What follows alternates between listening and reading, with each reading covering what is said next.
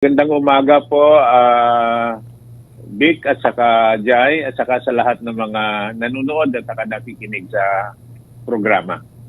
Father, maaari nyo bang ibahagi sa amin itong mga detalye dito ho sa isasagawa ho ninyong noise barrage, ito hong White Friday protest ngayong araw ho ito, nalalahukan ho ninyo at bilang pagpapakita nga ng pagkondina dito sa mga korupsyon na ganap dito sa ating bansa. Go ahead, Father. Ang activity mamayang gabi, tawag yon ay launching, no? Paglunsad ng White Friday activities. Ito ay part ng build-up activities namin papuntang November 30 rally. So, ang mangyayari tonight, kasi launching ito, magkaroon ng misa at 6 o'clock. And then after 6 o'clock, magkaroon ng prayer o oratio imperata, na itong prayer na ito ay ginawa ng Archdiocese of Manila. Tapos, magkaroon ng candle lighting, and then magkaroon ng noise barrage. Kung ano lang yung putput, no, mga busina, no. And then at 8 o'clock, yung ringing of the bells. So yun ang activity mamaya sa It's a Shrine. Tapos ito ay synchronized. May mga ibang mga lugar, halimbawa dito sa Quezon City, sa St. Paul Apostle Parish, magkaroon din sila na activity tonight. Dito naman sa Cathedral ng Novaliches, dito sa Fairview, sa Good Shepherd, magkaroon din kaming pagkalimbang ng mga church bells namin dito ng 8 o'clock dito sa Cathedral. Tapos, launching rin ito, pinopromote natin yung pagsuot ng white ribbons. Kaya White Friday kasi simbolo ng ating paggalaw ay puti, no? Simbolo ito ng ating paghahangad ng transparency and accountability sa ating gobyerno. Laban natin paalang-alang sa katotohanan at katarungan. So ito yung activities at ibang mga lugar sa bansa ay gagawa rin sa Friday na ito. At tuloy-tuloy ito every Friday hanggang November 30. And then every Sunday, mayroong ding National Day of Prayer for Mercy and Repentance. Ito naman ay ginawa ng ating kabunihang Cardinal Ambo para sa CBCP na dasalin every Sunday until November 30. So itong paghahangad natin ng sana walang hinto na pakipaglaban, no, magbantay, no, para sa ating bansa na sana mawala na itong korupsyon.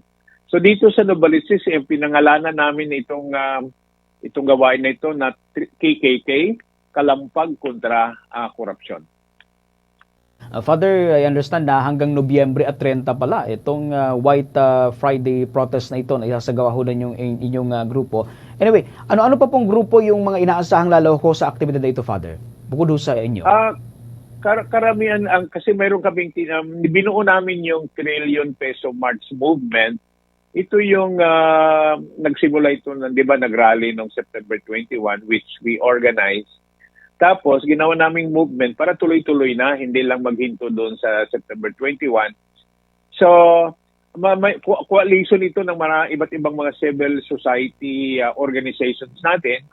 Tapos, ang karamihan na paglahok dito ngayon ay ang mga simbahan, no? Mga parokya, mga schools, at siyempre yung mga sa mga probinsya, ganun din, no? May mga iba't ibang grupo doon. Pero ito ay nilalakokan ng karamihan ng mga kabataan natin ngayon, no? So, this is the initiative also ng ating simbahan. Ay ako, ibig sabihin ng simbahan, hindi lang Katoliko. May mga evangelicals ito at may mga protestante, no? May mga mayroon din tayong kasama ng mga kapatid nating Muslim at doon din sa mga katutubo. Father, mga ilan po kayang katao ang inaasahan ninyong lalahok sa inyong aktibidad mamayang gabi?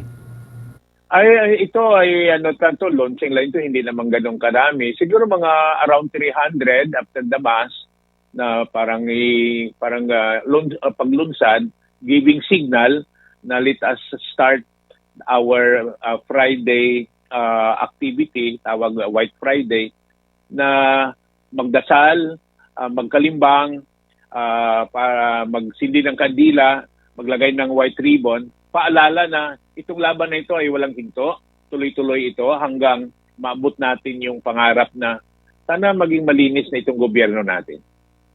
Okay, Father, pinag-aaralan rin po ba ninyo na magsagawa ulit ng 2 trillion na peso march? Ayan, nakaschedule sa November 30. Kaya yung mga activities namin every Friday, papunta yan doon sa November 30 na sabi namin na yun ay Bonifacio Day, yun ang pizza na nilaan ng aming grupo. Okay. So, other issues din, Father, may suggestion na si Senator Sherwin Gatchalian na tuluyan ng i-abolish ang Department of Public Works and Highways. Any comment on this, Father? Wala pa kami sa usapin na yan, no?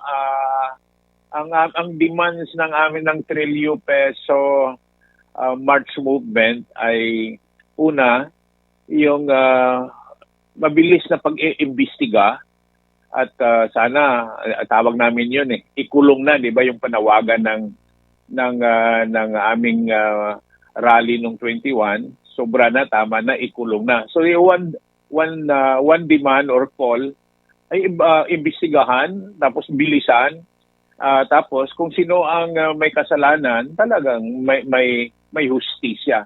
Pangalawa, yung forfeiture, no, ibalik yung ninakaw, no. And then pang-tatlo, transparency. Ilahat na lahat, no, kung sino yung involved sa mga insertions na yan, involved sa lahat ng corruption, hindi lang flood control. So transparency tawag. So diyan lang muna kami, wala pa kaming ulam na pinag-usapan na i-abolish ito, gagawin yan, no, itatag yung ganong department. Wala pa kami sa usapin na yan. Father, bilang panghuli, no, paanyaya ho natin sa publiko na gustong lumahok mamaya sa aktibidad ho ninyong gagawin. Maraming salamat at muli na nanawagan tayo na para ang laban na ito sa trillion peso movement natin ay laban ng lahat ito, no? Basta kayo ay lahat ay welcome, no? Basta kontra sa korupsyon.